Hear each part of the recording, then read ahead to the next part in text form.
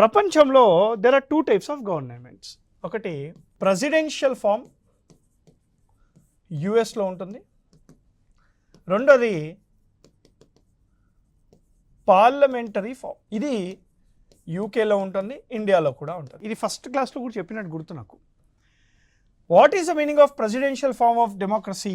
ఇది ఏంటంటే ఎగ్జిక్యూటివ్ 2 రకాలు. దానిలో ఫస్ట్ వన్ ఏంటి? Political executive. పొలిటికల్ ఎగ్జిక్యూటివ్లో దెర్ ఆర్ 2 టైప్స్.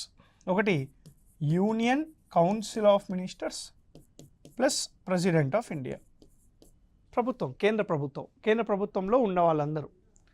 రెండోది state council of ministers plus governor. అంటే ఇక్కడ మీరు ఒక్కసారి గమనిస్తే మంత్రిమండలి, కేంద్ర మంత్రిమండలి మరియు ప్రెసిడెంటు, రాష్ట్ర మంత్రిమండలి మరియు ప్రెసిడెంటు, వీళ్ళందరూ కూడా లెజిస్లేచర్లో భాగంగా ఉంటారు. They must be part of the legislature. All council of ministers including the president is part of the legislature. All council of ministers including governor is part of the state legislature.